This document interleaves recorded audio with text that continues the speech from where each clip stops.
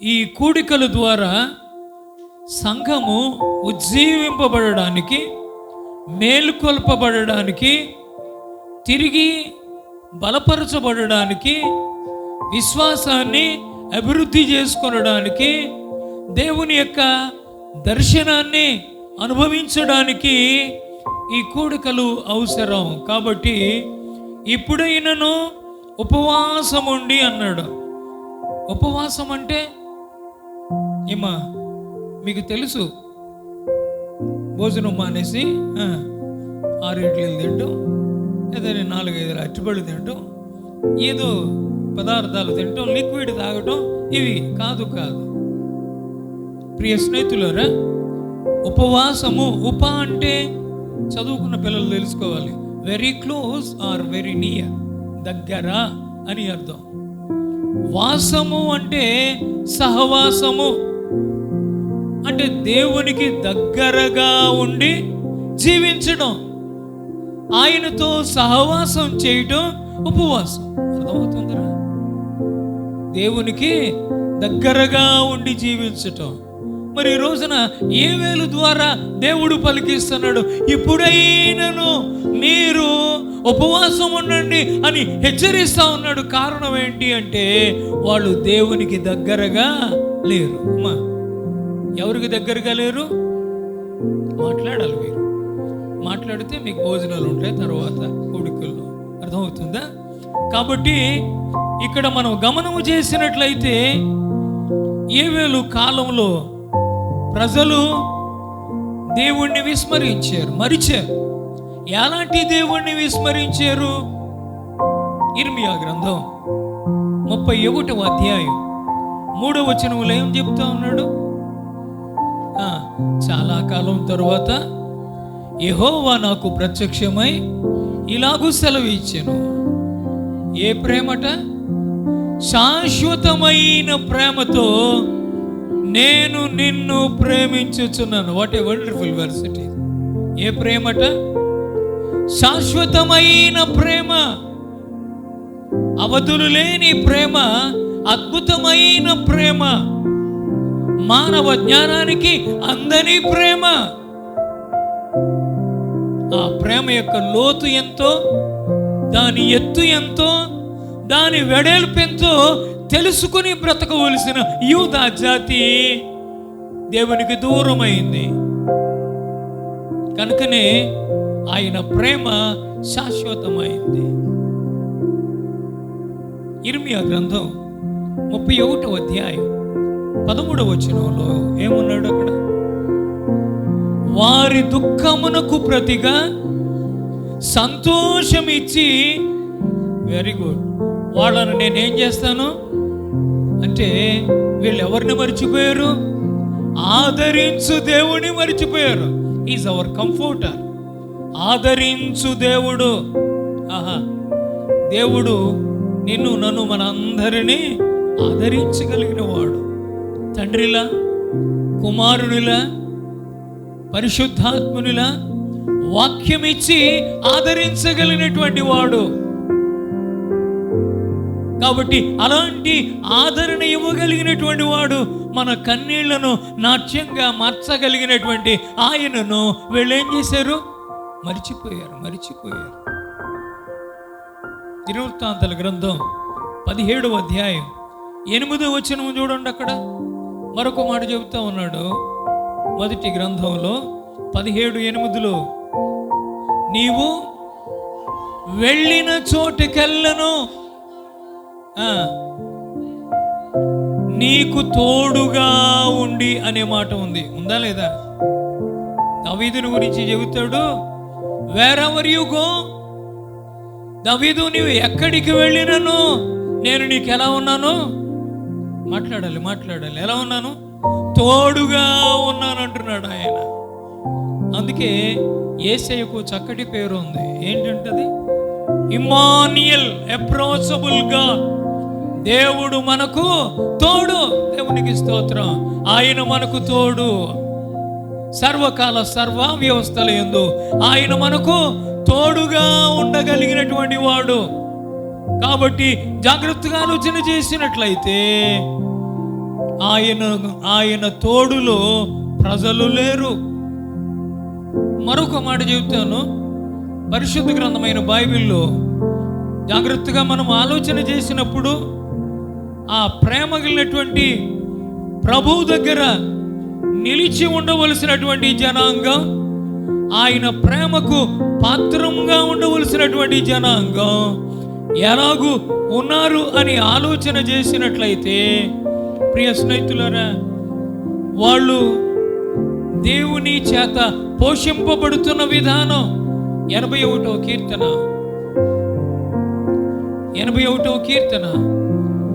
16 వచనం. ఏ గోధుమలట ఏమా మీరు చూడలేదా ఏంటి? నాకు అర్థం కాదు. అతి శ్రేష్టమైన గోధుమలు దేవుడు ఎలా పోషిస్తున్నాడట? అతి శ్రేష్టమైన గోధుమలు అంటే దేవుడు మనను పోషకుడు. ఆయన is our facilitator, is our provider. మనకు సదుపాయాలు కలుగు చేయగలిగిన వాడు, పోషకుడైనటువంటి వాడు. జాగ్రత్తగా గమనం చేయ. దేవుని ప్రజలు పోషించే దేవునికి దూరంగా ఉండడం ఎంత విచారకరం మనకు తెలుసు. పరిశుద్ధ గ్రంథరాధ్యంలో 121వ సంకీర్తనలో పలుమార్లు చెప్పబడినటువంటి మాట, ప్రియ స్నేహితులారా, నిన్ను కాపాడువాడు కొనుకడు. 6 పర్యాయాలు ఆయన కాపాడువాడు అనే మాట కనబడుతూ ఉంది. కాపాడే దేవుణ్ణి వీళ్ళు మర్చిపోయినట్లు మనం చూస్తూ ఉంటూ ఉన్నాం. కాబట్టి ఏమంటున్నాడు? ఇప్పుడైనను మీరు ఉపవాసం ఉండాలి. ఇప్పుడైనా ఉపవాసం అంటే చెబుతున్నాను, శరీరాన్ని కృంగ చేసుకుని ఆత్మను బలపరుచుకునేదే ఉపవాసం. జాగ్రత్తగా ఆలోచన చేయాలి. శరీరాన్ని ఏం చేయాలి? కృంగ చేసుకోవాలి. అంటే శరీరాన్ని కృంగ చేసుకోవాలంటే ఆహార పానీయాలను మనం ఏం చేయాలి? ముట్టుకోకూడదు, వాటికి దూరంగా ఉండాలి. శరీరాన్ని కృంగ చేసుకుని ఆత్మను బలపరుచుకునే దాన్ని ఏమంటారు? ఉపవాసం అంటారు. అర్థమవుతుందా? మరొక మాట, మనలను మనము తగ్గించుకుని వినయముతో ప్రభు సన్నిధిని వేడుకోవడమే ఉపవాసం. అందుకని అన్నాడు, అయ్యగారు చదివించారు కదా, ఏమంటున్నాడు అక్కడ? ప్రేమతో ఉపవాస దినము ప్రతిష్ఠించుడి, వ్రత దినము ఏర్పరచుడి, యెహోవాను బతిమాలు కొనడానికి. ఈ కూడికలు దేవుణ్ణి ఏం చేయాలి? బ్రతిమలాడుకోవాలి. కానీ ఆయనే వచ్చి మనల్ని బతిమలాడుతున్నాడు. రా బాబు, రా రా రా రా రా రా అన్నట్టు. దేవుని సన్నిధి లెక్కలేని రీతిలో చాలా మంది అనుభవిస్తూ ఉన్నారు. యూదా జాతి ఏవేలు కాలంలో ఎలా ఉంది అని ఆలోచన చేస్తే, మొదటి అధ్యాయం ఏవేలు గ్రంథం 5వ వచనం ఏమనాలి? అక్కడ ఏం రాయబడి ఉండాలి? భక్తులరా అని ఉండాలి. కానీ ఎలా ఉన్నారు వీళ్ళు? ఆ మాట కూడా తెలియని మాట అది. మత్తులారా అన్నాడు. అబ్బో, అరే భక్తులారా అనవలసిన ఆయన మత్తులారా అని హెచ్చరిస్తా ఉన్నాడు. ఏంటి? ఏ మత్తులో ఉన్నారు వాళ్ళు? మీరు అనుకోవచ్చు, మద్యం తాగితేనే మత్తు అనుకుంటున్నారు కొందరు. అర్థమవుతుందా? ఆ పక్క వెళ్ళి కొంచెం తాగి వస్తే మత్తులో ఉన్నాడు రా అంటున్నారు. వాస్తవానికి మత్తే, కానీ రకరకాల మత్తులు ఉన్నాయి. కొందరికి ధనం, కొందరికి పదవులు, కొందరికి అధికారం, కొందరికి సౌందర్యం, కొందరికి కీర్తి కండోతులు, కొందరికి ప్రశంసలు. ఇలాంటివి మత్తులో పడిపోతూ ఉన్నారు. మత్తులోనికి వెళ్ళిపోయి అన్నీ ఇచ్చిన దేవుణ్ణి ఏం చేస్తున్నారు? మర్చిపోయారు. అందుకనే హెచ్చరించబడతాం, అరే పాము ఇప్పుడైనా పర్లేదురా, రండిరా. ఎంత ప్రేమ కలిగిన దేవుడు ఆయన. ఇప్పుడైనా పలుమార్లు చెబుతూ ఉంటాం, బాబు కష్టపడి చదవండిరా, పాస్ అవుతారు, ఎప్పటి నుంచో చదువుకుంటారా అని చెప్పి. ఏమీ లెక్కపత్రం ఉండదు. ప్రారంభం నుంచి చెప్పినా ఏమీ చదువు మీద ధ్యాస ఉండదు. ఇక పరీక్షలు ఒక 20 రోజులు 15 రోజులు ఉన్నాయనగా అప్పుడు టీలు, టిఫిన్లు, నిద్రపోకుండా. మా పిల్లలు చూడు ఎంత అలాగే చదివేస్తున్నారు. సంవత్సరం చదువు అంతా 15 రోజులు వచ్చేస్తుంది అడిగి. ముందు నుంచి ఉండదు ఆలోచన, అప్పటికప్పుడు వచ్చేయాలంటే వచ్చేస్తుందా? రాదు ప్రియ స్నేహితులారు. ఏ రోజు పాఠం ఆ రోజు చదివితేనే వాడు ఆన్సర్ చేయగలలేదైనా. మనము కూడా ఏనాటి కీడు ఆనాటికి చాలును. కాబట్టి దేవుని సన్నిధిలో ప్రతిదినం అనుదినం మనము ఆయన వాత్సల్యతను పొందుతూ, ఆయన కనికరాన్ని పొందుతూ ఆయనకు కృతజ్ఞతాస్తుతులు చెల్లించాలి. కానీ వీళ్ళు ఎలా ఉన్నారంటే మత్తులోకి వెళ్ళిపోయారట. మత్తులారా, మేల్కొని ఏం చేయాలట? కన్నీరు విడవాలి. ఎందుకంటే వాళ్ళు ఉన్న స్థితి అటువంటిది. యూదా జాతి ఉన్న స్థితి అటువంటిది. ఎలా ఉన్నది? యూదా జాతి మత్తులో ఉంది. కాబట్టి దేవుడు వారి మత్తు దించడానికి తన మహాసైన్యాన్ని పిలిచాడు. ఏ సైన్యం అట? ఏమా, దేవునికి ఏముంది? మహాసైన్యం. సైన్యం అంటే బాగుండేది, కానీ పరిశుద్ధ గ్రంథమైన బైబిల్ చెబుతా ఉంది మహాసైన్యం ఉందట. ఆయన మహాసైన్యాన్ని పిలిచాడు. యూదా జాతి మీద ఆ సైన్యాన్ని పంపించాడు. ఎవరు ఆ సైన్యం? 4వ వచనం, గొంగలి పురుగులు ఆయన సైన్యం, మిడతలు ఆయన సైన్యం, పసర పురుగులు ఆయన సైన్యం, చీడ పురుగులు. వాళ్ళు చెప్తున్నారు, సార్ పురుగులు చదివి సైన్యం అంటారేంటి అంటారా? 2వ అధ్యాయం 25వ వచనంలో మనం చూస్తే ఈ మాటలు చాలా స్పష్టంగా ఉన్నాయి. నేను పంపిన మిడతలను, పేజీ తిప్పితే, నేను పంపిన మిడతలను, గొంగలి పురుగులను, పసర పురుగులను, చీడ పురుగులను అను నా మహాసైన్యం అన్నాడు. ఏ సైన్యం అట? దేవునికి మహాసైన్యం ఉంది. యూదా జాతి మీద పడింది సైన్యం వచ్చి. కాబట్టి ముందు గొంగలి పురుగు వచ్చింది, ఆ చెట్టులో ఉన్న జీవాన్ని కబలిస్తూ ఉంది. మిడతలు వచ్చాయి, చిన్నాభిన్నం చేసేసాయి, ఇష్టం వచ్చిన వాళ్ళు కొరికి పారేస్తా ఉన్నాయి. పసరు పురుగులు వచ్చాయి, మొక్కలో ఉన్న జీవ పదార్థం అంతటినీ లాగేసుకున్నాయి. ఇక చివరికి ఏ పురుగులు వచ్చాయి? చీడ పురుగులు వచ్చాయి. చీడ పట్టింది కాబట్టి అది దేనికి పనికి రాదు. ప్రియ స్నేహితులు, అంటే యూదా జాతి ఎలా ఉందో ఈ దృష్టాంతం చెబుతా ఉంది. వాళ్ళు ఫలాలు లేని నిర్జలమైనటువంటి పరిస్థితుల్లో వాళ్ళు ఉన్నారు. దేవుని ప్రేమకు కరుణకు పాత్రులు కాకుండా ఉన్నారు, మత్తులో ఉన్నారు. కాబట్టి దేవుడు తన సైన్యాన్ని పంపినందున వాళ్ళు ఎలాగైపోయారట? 9వ వచనం, నైవేద్యమును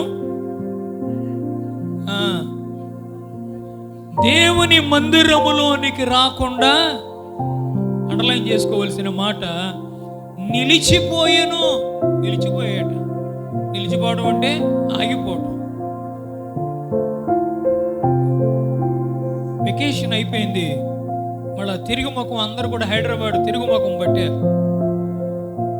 కిలోమీటర్ల దూరం వాళ్ళు తెలంగాణ క్రాస్ చేయటానికి ముందు బస్సులన్నీ కూడా క్యూలో ఉన్నాయి. ఎప్పుడు అవతలకు వెళతారో తెలియనటువంటి పరిస్థితి. ప్రియ స్నేహితులారు, కొన్ని మార్లు ట్రాఫిక్ జామ్ అవుతూ ఉంటుంది.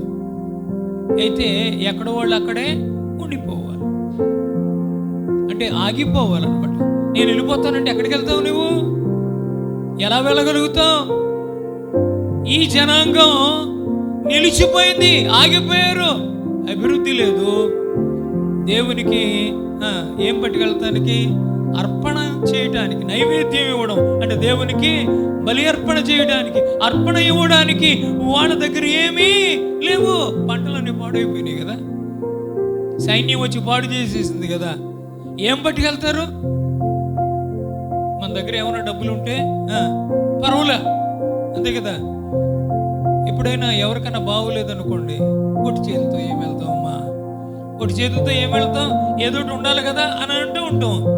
అంటే మన ఆశ ఏంటి?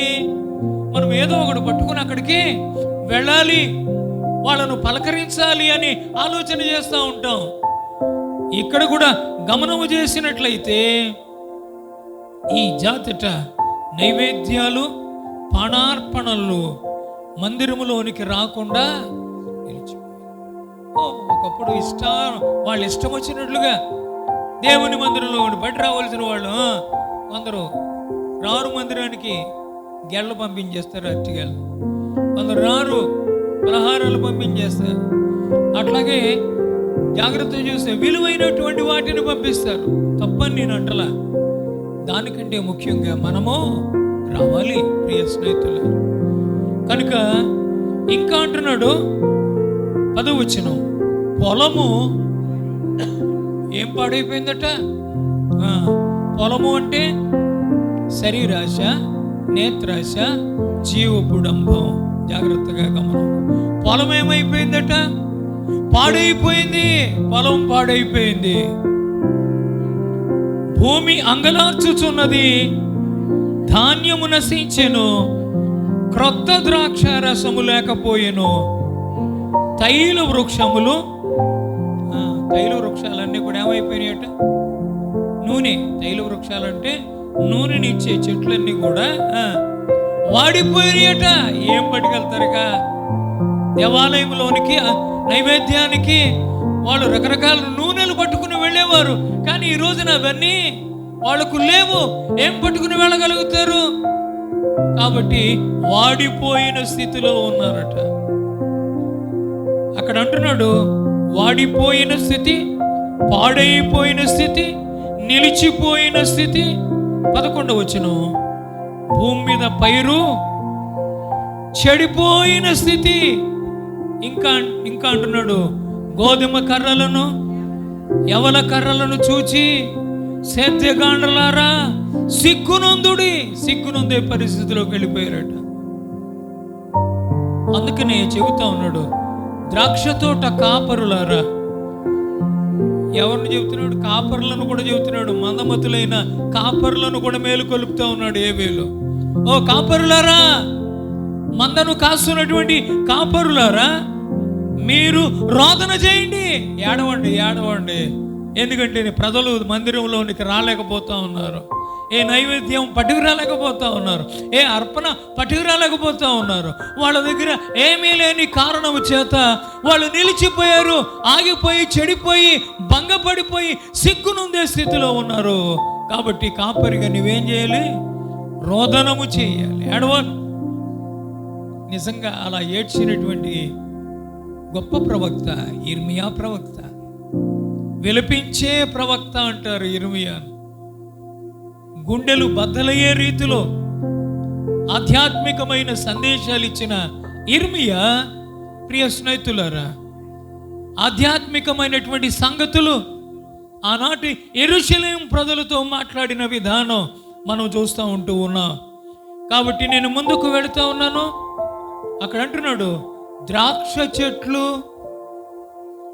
చెడిపోయెను, అంజూరపు చెట్లు వాడిపోయెను, దానిమ్మ చెట్లును, ఈత చెట్లును, జల్దరు చెట్లును, తోట చెట్లన్నీ వాడిపోయినవి.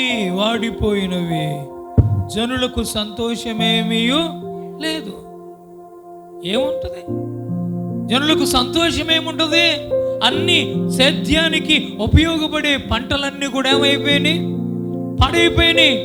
కాబట్టి సంతోషము లేని స్థితిలో ప్రజలు ఉన్నారు. ప్రియ స్నేహితులారా, కాబట్టి ప్రేమ కలిగిన ప్రభు అన్నాడు, ఇప్పుడైనను మీరు నా దగ్గరకు రండి అయ్యా, కన్నీరు విడుస్తూ రండి, దుఃఖిస్తూ రండి. దేవుని సన్నిధికి కన్నీరు విడుస్తూ దుఃఖిస్తూ రావాలి. కానీ ఇర్మియా కాలంలో ప్రజలు ఎలాగూ ఉన్నారో ఒకసారి చూద్దాం. ఇర్మియా గ్రంథం 31వ అధ్యాయం, ఇర్మియా గ్రంథం 31వ అధ్యాయం 21వ వచనం. ఇశ్రాయేలు కుమారి, ఏ రాళ్ళట?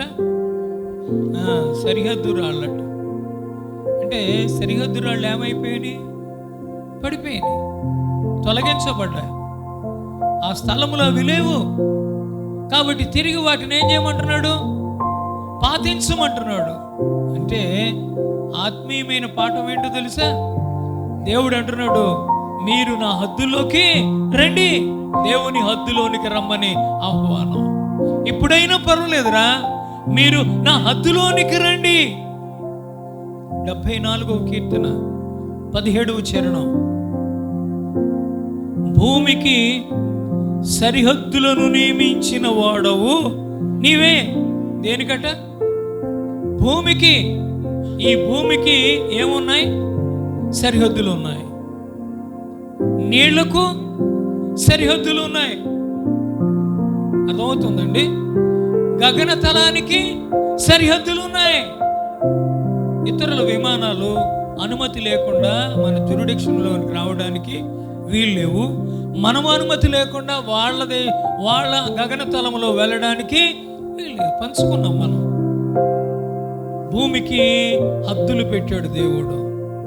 ఇంకా విచిత్రం, లేఖనములు ఆలోచన చేస్తే ఇర్మియా గ్రంథం 5వ అధ్యాయం 22వ వచనం చూడండి. సముద్రము దాటి లేకుండునట్లు దాని తరంగములు ఎంత పొర్లినో అవి ప్రబలలేక ఉండునట్లుగా ఇసుకను సరిహద్దుగా నియమించాడట. దేవునికి స్తోత్రం. దేవుడు ఏం చేశాడు? ఇసుకను సరిహద్దుగా వేసాడట దేవుడు. అమ్మా, ఇసుక నువ్వు అటుకెళ్ళి మనం వేయగలమా? సముద్రం దాటి రాకుండా, దాని ప్రవాహ జలాలు మన మీదికి రాకుండా చేయగలమా? అది మన వల్ల అయ్యే పని కాదు. దేవుడే ఆ కార్యము చేయాలి. ప్రియ స్నేహితులారా, ఇప్పుడు మనకు బాగానే ఉంది. మహారాష్ట్రలో విస్తారమైన వర్షాలు కురుస్తూ ఉన్నాయి. పైనంత వర్షాలే. ఇప్పుడు ధవళేశ్వరం దగ్గర, భద్రాచలం దగ్గర వరద రీడింగ్ బాగా పెరిగిపోతూ ఉంది. ఇప్పటికే చాలా రోజులు వాళ్ళ పసిపిల్లలతో, బిడ్డపాపలతో నీటిలోనే ఉన్నారు లంక గ్రామస్తులు అందరూ. మళ్ళా ఇప్పుడు ఎక్కడున్నారు? నీటిలోనే ఉన్నారు.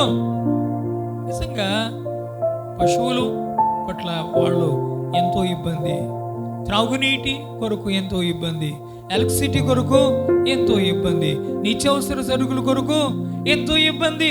అలాంటి ప్రతికూల పరిస్థితుల మధ్య వాళ్ళు ఉంటే మనకి మాత్రం అన్ని దేవుడిచ్చాడు, ఏది లోటు చేయలేదు.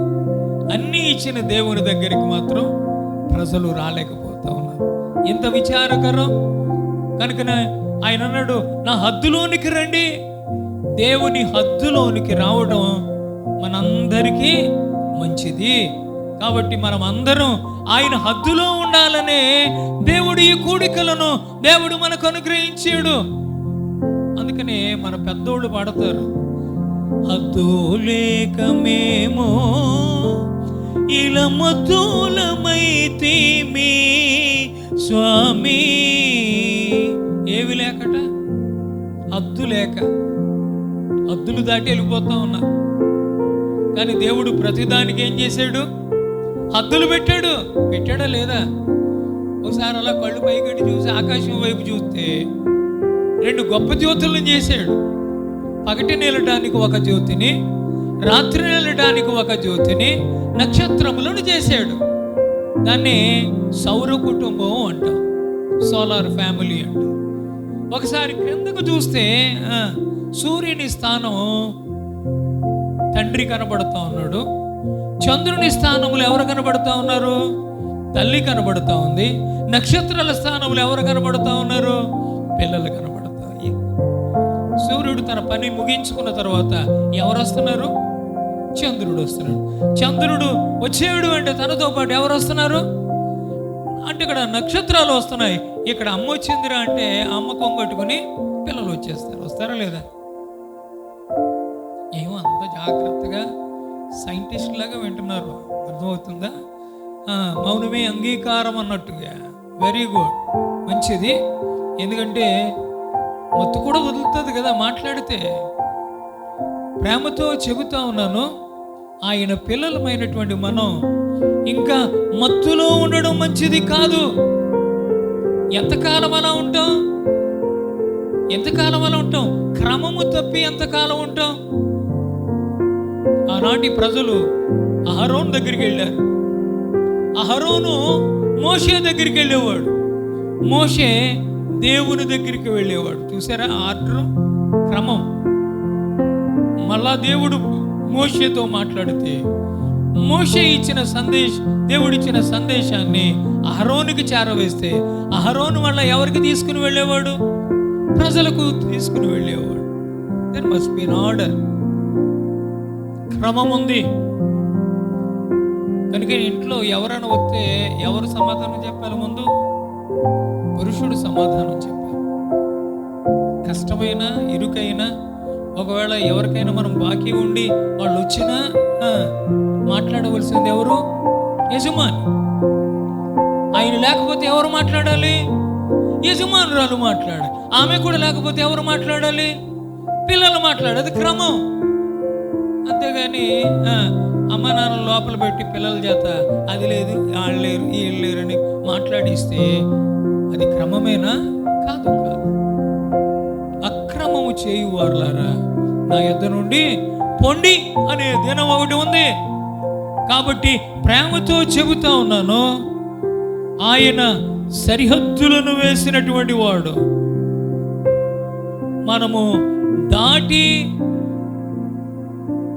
మనము దేవుని సన్నిధికి, ఆయన సన్నిధిలో ఉండవలసినటువంటి మనం హద్దులు దాటి గనక తిరుగుతూ ఉంటే, ఇప్పుడు చూస్తూ ఉన్నాడు కానీ బైబిల్ ఉంటుంది దుర్దినములు రాకముందే అంటుంది.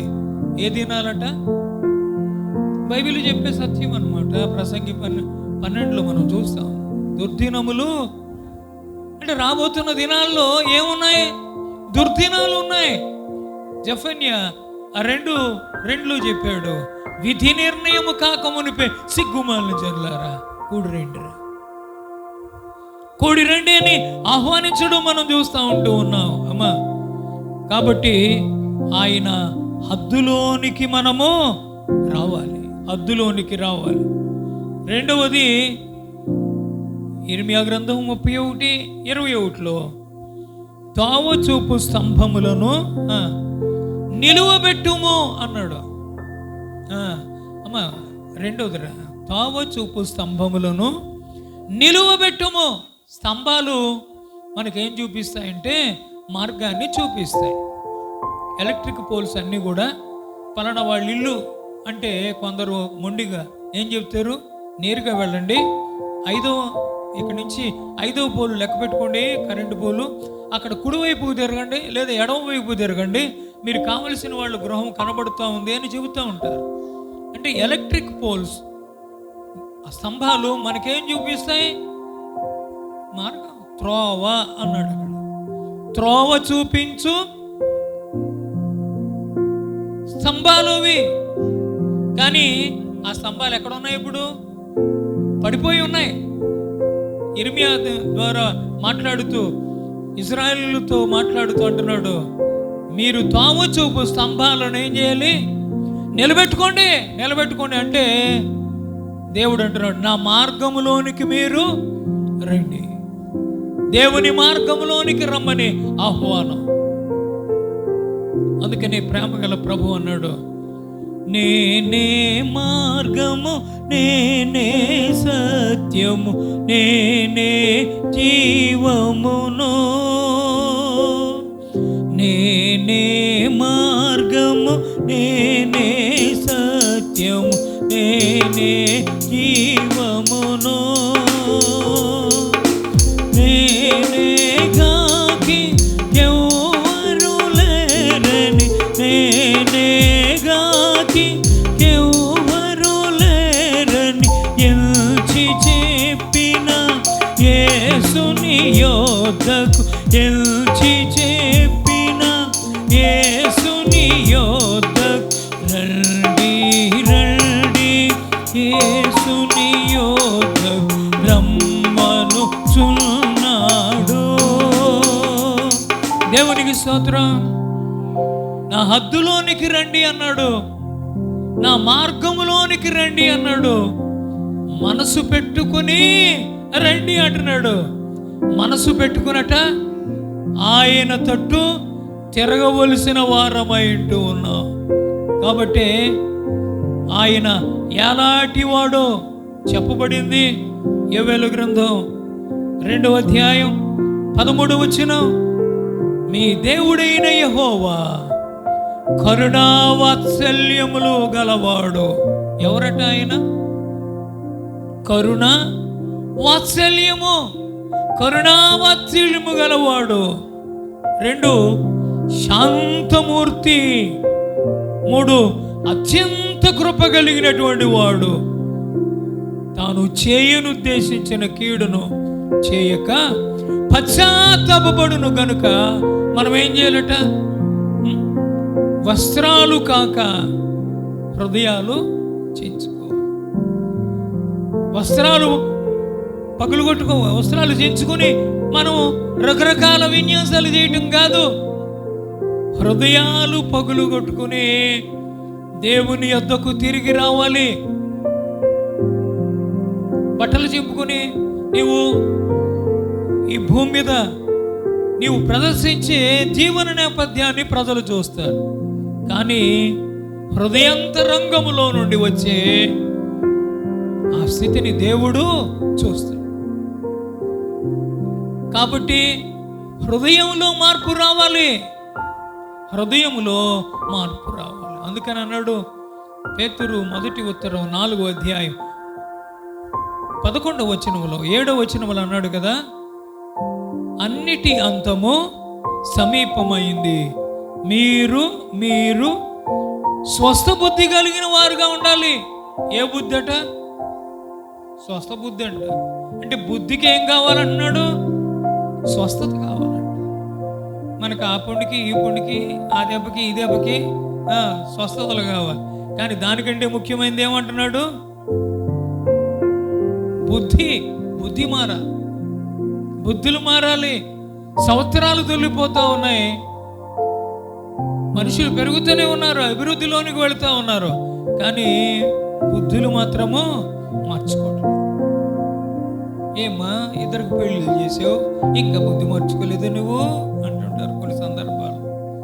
ఏమయ్యా ఏంటి ఇంతేనా, ఇంకా నువ్వు ఏం మార్చుకోవా, నువ్వు ఇంతేనా, ఇంకా ఎన్ని చెప్పినా వినవా? పలుమార్లు అలాంటి మాటలు మనం వింటూ ఉన్నాం. కాబట్టి దేవదేవుడు కూడా అంటున్న మాట జాగ్రత్తగా చూస్తే బుద్ధికి ఏం కావాలట? స్వస్థత కావాలి.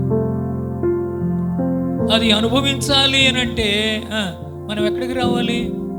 దేవుని దగ్గరకు రావాలి. దేవుడే ఆ కార్యాన్ని చేయగలిగినటువంటి వాడు. ఆయన కరుణా వాత్సల్యము కలిగినటువంటి వాడు.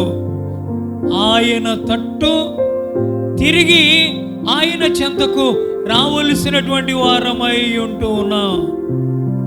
ఆయన ఎద్దకు వచ్చి ఆయన పాదాల మీద పడాలి. సిలువ పాదాలను మనం ఏం చేయాలి? ఆశ్రయించాలి.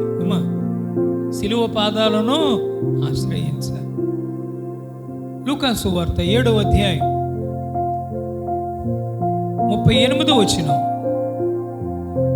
వెనుక తట్టు ఆయన పాదముల యొద్ద నిలువబడి ఏడ్చుచు కన్నీళ్లతో ఆయన పాదములను తడిపి తన తల వెంట్రుకలతో తుడిచి ఆయన పాదాలను ముద్దు పెట్టుకొని ఆ అత్తరు వాటికి పూసెను. 48 వచ్చును. నీ పాపములు క్షమింపబడి ఉన్నవి. ఎవరైతే ఆయన పాదాల మీద పడతారో, పశ్చాత్తాపముతో వేడుకుంటారో, బ్రతిములాడుకుంటారో, వారి పాపములను దేవుడు ఏం చేస్తాడట? క్షమిస్తాడు. క్షమింపబడడానికి ఆయన శిలువ పాదాలే మనకు శరణ్యం. కనుకనే ఒక ఆయన పాదాల మీద పడ్డాడు. పాదాల మీద పడి ఇలా అంటున్నాడు, దిక్కిక నీవే. ఎవరట? దిక్కిక నీవే చక్కగా రావే, మీకిలి మ్రోకోదు మ్రోకోదు మ్రోకోదు, నీ చరణములే నమ్మితి నమ్మితి, నీ పాదములే పాటితే, నీ పాదములే పాటితే. యేసుని తోడా ఎవ్వరు సాటి, యేసుని తోడా ఎవ్వరు సాటి.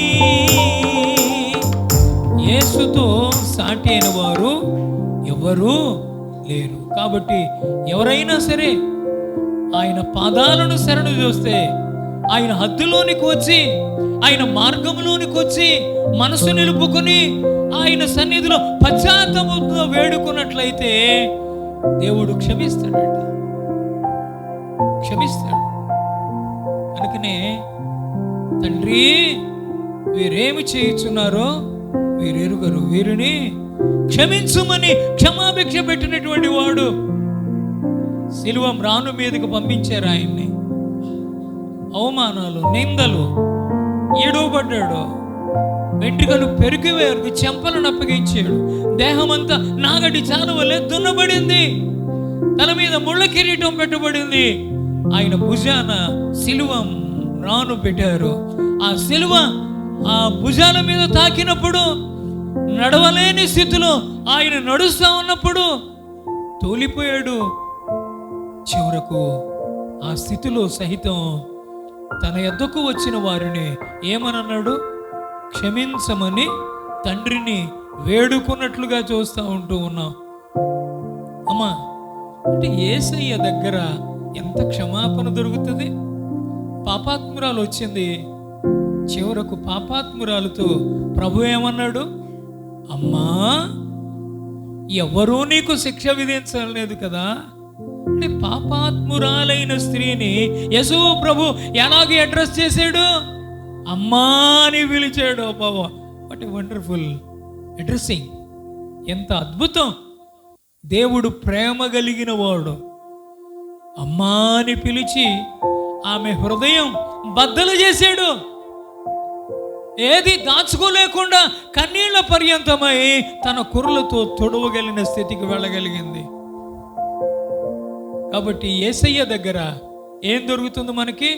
క్షమాపణ, క్షమాపణ, పాప క్షమాపణ దొరుకుతూ ఉంది. మత్తయి సువార్త 15వ అధ్యాయం 30వ వచనం. బహుజన సమూహములు ఆయన యొద్దకు, బహుజన సమూహాలు వచ్చాయట. అందులో ఎవరున్నారు? కుంటివారు, సరిగా నడవలేనటువంటి వారు, గ్రుడ్డివారు, కళ్ళు ఉన్నాయి కానీ చూడలేని స్థితి వాళ్ళకి, మోగవారు, నోళ్ళు ఉన్నాయి కానీ మాట్లాడలేని స్థితి, అంగహీనులు, అవయవాలు కొన్ని లోపించినటువంటి పరిస్థితులు, మొదలైన అనేకులను తీసుకుని వచ్చి ఆయన పాదముల యొద్ద పడివేసిరి. ఆయన వారిని ఏం చేశాడట? అండర్లైన్ చేయండి ఆ మాట. ఏం చేశాడు అంటే, ప్రభువు క్షమించడం మాత్రమే కాదు, ఆయన మనల్ని ఏం చేయగలడు? అంతే, స్వస్థపరచగలడు. మనసులు ఇక్కడ ఉంటాయి. ఒకవేళ టైం అయిపోయిందని ఒకరు తలస్తూ ఉన్నారేమో, పంపించేస్తానులే, జాగ్రత్త. దేవుని మాటలు మన ఇష్టానుసారంగా వినకూడదు. ఆయన దగ్గర క్షమాగుణం ఉంది అని చెప్పాను. ఆయన పాదాల మీద పడితే ఎవడైనా సరే స్వస్థత నొందుతాడు అని చెప్పాను. ఆ మాట చెప్పడానికి ఏంటంటే, ఆయన దగ్గరికి మనం వెళితే స్వస్థత ఇవ్వగలిగినటువంటి వాడు. అందుకే అన్నాడు, ఆయన పొందిన దెబ్బల చేత మనకేమొచ్చింది? స్వస్థత వచ్చింది. లూకా సువార్త 10వ అధ్యాయం 39వ వచనం. ఆమెకు మరియా అను సహోదరి ఉండెను. ఈమె యేసు పాదాల యొద్ద కూర్చుండి ఆయన బోధ వినుచుండెను. ఉపదేశాలు కావాలంటే యేసయ్య పాదాల మీద పడాలి, ఆయన దగ్గరికి వెళ్ళాలి. ఉపదేశిస్తాడు ఆయన. నీ కుటుంబానికి ఏం కావాలో, నీ బిడ్డలకు ఏం కావాలో, ఏ దినాన్న ఏం కావాలో దేవుడు తన సేవకుని నిలబెట్టించి నీకు ఉపదేశం చేస్తాడు. ఈ కూడికలు వాక్యోపదేశ కూడికలే. ఉపదేశిస్తూ ఉన్నాడు ఆయన పాదాల చెంతకు వచ్చాం. నిజంగా ఉపదేశాలు లభ్యము అవుతాయి. ఆయన పాదాల దగ్గరికి మనము రక్షకుడా అని రావాలి, ఉన్న పాటున రావాలి, త్వరపడి రావాలి. అందుకని భక్తుడు అన్నాడు, త్వరపడి రండి రండి ఈ పరమ గురుని యొద్దకు మీరలో. త్వరపడి రండి రండి ఈ పరమ గురుని యొద్దకు మీరలో. దరికి చేరిన వారిని ఈ ప్రభువు తరమూడెన్నడు దూరము. దరికి చేరిన వారిని ఈ ప్రభువు తరమూడెన్నడు దూరము. రాజులకు రాజైనాయి మన విభుని పూజ చేయుటకు రండి. ఈ జయశాలి కన్నా మనకింక రాజెవరును లేరని. దేవునికి స్తోత్రం. ఆయన పాదాల మీద పడగలిగితే ఈ రాత్రి మనకు లభ్యమయ్యేవి క్షమాగుణం మాత్రమే కాదు, స్వస్థత మాత్రమే కాదు, ఉపదేశాలు లభ్యమవుతాయి. అమ్మా, ఉపదేశించబడతాం. ఇంకా ఆలోచన చేస్తే యోహాను సువార్త 11వ అధ్యాయం 32వ వచనం. అంతటా మరియా యేసు ఉన్న చోటికి వచ్చి ఆయనను చూచి ఆయన పాదముల మీద పడి, నీవిక్కడ ఉండిన ఎడల నా సహోదరుడు చావకుండును. ఆదరణ. ఆయన పాదాల మీద పడితే ఏముంది? మనకి ఆదరణ ఉంది. ప్రియ స్నేహితులారా, ప్రకటన గ్రంథం 1:17 నేను ఆయనను చూడగానే చచ్చిన వాని వలె ఆయన పాదముల యొద్ద పడితిని. ఆయన నా కుడి చేతిని నా మీద ఉంచి నాతో ఇట్లనెను, భయపడకుము. ఎంత అద్భుతమైన మాట! భయపడకుము. దేవుడు తన పిల్లలతో మాట్లాడుతున్న మాట. భయపడకుము. యెషయా గ్రంథం 41వ అధ్యాయం 10వ వచనం. భయపడకుము, నీకు తోడై ఉన్నాను. ఏమంటున్నాడు? నీకు తోడై ఉన్నాను. భయపడకుము, నేను నీ దేవుడునై ఉన్నాను. దిగులు పడుకుము, నేను నిన్ను బలపరుతును. నీకు సహాయము చేయువాడను నేనే.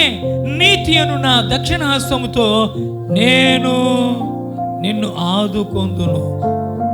13వ వచనం. నీ దేవుడైన యెహోవానగు నేను భయపడకుము, నేను నీకు ఏం చేస్తాను? సహాయము చేస్తాను అంటున్నాడు ఆయన. కాబట్టి ఆయన మన కుడి చేతిని పట్టుకునేవాడుగా ఉండడం మనం ఉంటూ ఉన్నాం. కాబట్టి దేశీయ మిత్రులారా, ప్రాంతీయ స్నేహితులారా, ఇదే మిక్కిలి అనుకూలమైన సమయం. ఆయన మన ముందర ఉండి మనను నడిపించువాడు. కనుకనే ద్వితీయోపదేశకాండ గ్రంథం 31వ అధ్యాయం, ద్వితీయోపదేశకాండ గ్రంథం 31వ అధ్యాయం 5వ వచనం, నిబ్బరము కలిగి ధైర్యముగా నుండుడి, భయపడకుడి, వారిని చూచి దిగులు పడకుడి, నీతో కూడా వచ్చువాడు నీ దేవుడైన యెహోవాయే, ఆయన నిన్ను విడువడు, ఎన్నడు ఎడబాయడు. 8వ వచనం, నీ ముందర నడుచువాడు యెహోవా, ఆయన నీకు తోడయుండును, ఆయన నిన్ను విడువడు, నిన్ను ఎడబాయడు. భయపడకుము, విస్మయం అందుకుమని ఇశ్రాయేలులందరి ఎదుట ఆయనతో చెప్పాను. కాబట్టి రాత్రికాల సమయంలో ఆయన హద్దులోనికి మనం వస్తే, ఆయన మార్గములోనికి మనం వస్తే, ఆయన మీద మనసు పెట్టుకుని మనం తిరిగి వస్తే, నిజంగానే ఆయన మనలను క్షమించువాడు, క్షమాగుణముతో పాటు స్వస్థపరచువాడు, ఉపదేశించగలిగిన వాడు, ఆదరించగలిగిన వాడు, మన ప్రతి బాష్ప బిందువును తుడవగలిగినటువంటి వాడు. అందుకని దైవజనుడు పాడుతూ అన్నాడు, కన్నీరంతా తుడచూను, కను పాపవల్ కాపాడు, కన్నీరంతా తుడచూను, కను పాపవల్ కాపాడు, కారు మేఘము ఓలే కష్టములు వచ్చినను కనికారిచి నిన్ను కాపాడును, రమ్మను చొన్నడు ప్రభు యేసు, వంచాతో తన కరము చాపి రమ్మను చున్నాడు, వంచాతో తన కరము చాపి రమ్మను చున్నాడు. ప్రేమతో ఈ రాత్రి పిలుస్తా ఉన్నాడు. ఎప్పుడైనా మించిపోయింది లేదు. ఉపవాస దినాన్ని ప్రతిష్ఠించుకుని రండి, పిల్లలండి, పెద్దలండి, అందరూ రండి, దేవుని మందిరములో సమకూర్చబడండి, ఆయనను బతిమాలుకోండి. ఎందుకంటే సర్వశక్తిమంతుడు ఆయన, సర్వాధికారి ఆయన, స్తోత్రార్హుడైన, నిన్ను నన్ను విమోచించగలిగిన వాడు, విడిపించగలిగినటువంటి వాడు. కాబట్టి ఇంత గొప్ప భాగ్యాన్ని కల్పించినటువంటి ఆ గొప్ప దేవుని పిల్లలముగా ఈ రాత్రి ఆయన సన్నిధిలోనికి వచ్చిన మనకు ఒక మంచి ఆహ్వానం.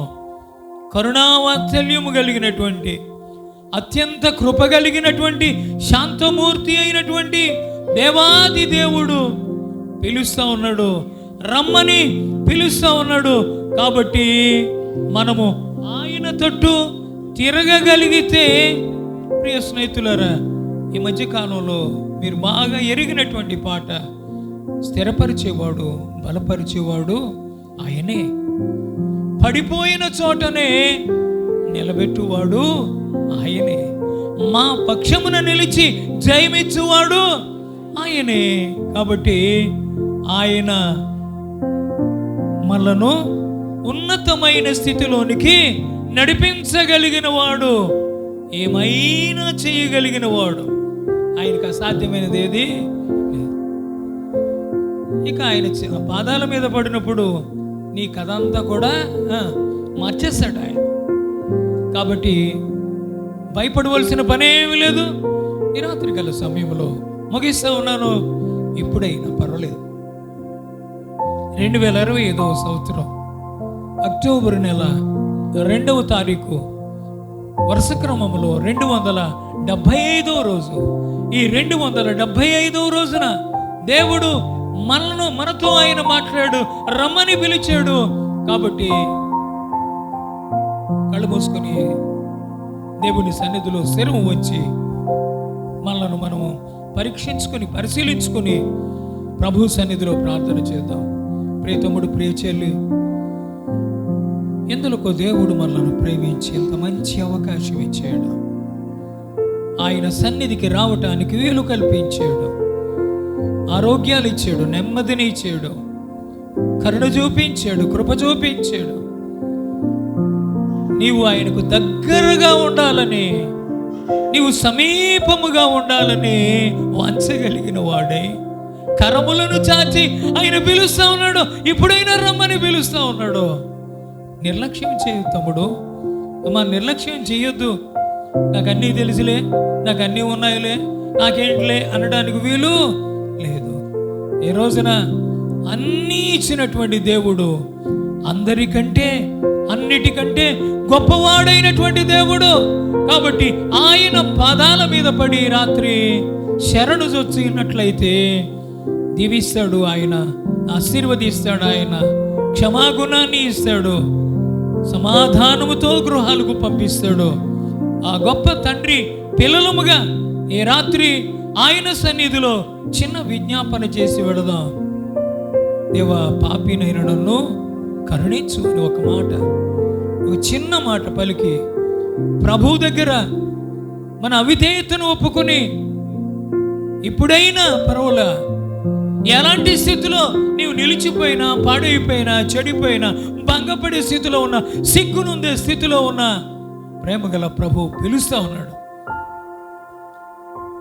ఆయనకు కనబడకుండా దాగగలిగిన వాడు ఎవడు లేడు. కాబట్టి ఈ రాత్రి రండి, దేవుని సన్నిధిలో ప్రార్థన చేద్దాం. ప్రియుడైన మా తండ్రి, కృప కలిగిన మా రక్షక, మీకు వందనాలు ప్రభా. ఇప్పుడైనా పర్వాలేదని మీరు పిలిచారు నాయన. నీ మార్గములో, నీ హద్దులో మేముంటూ నీ మీద మనసు ఉంచి మీ తట్టు మేము తిరిగినప్పుడు నీ క్షమాగుణం మాకు లభ్యమవుతుంది అని ప్రభా, మా తండ్రి, స్వస్థతలు లభ్యమవుతాయని, ఉపదేశాలు లభ్యమవుతాయని, మీ గొప్ప ఆదరణ లభ్యమవుతా ఉంది అని, గొప్ప భరోసా మాకు లభ్యమవుతా ఉంది అని, మా ప్రార్థనలకు జవాబు దొరుకుతూ ఉందని మీరు సెలవిచ్చారు.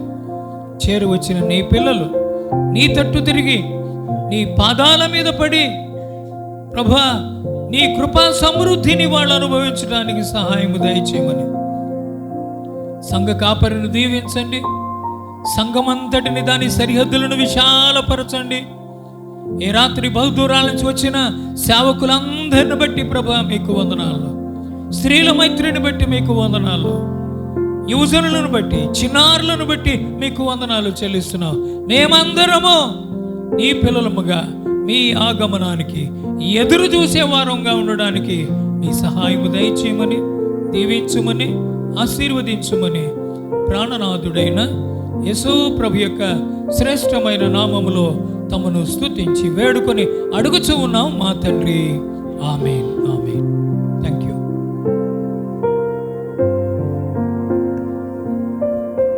దేవునికి స్తోత్రం కలుగుగాక. మరి అద్భుతమైన రీతిలో చక్కటి వాక్యం చెప్పిన నాకు వందనాలు తెలియజేస్తున్నాను.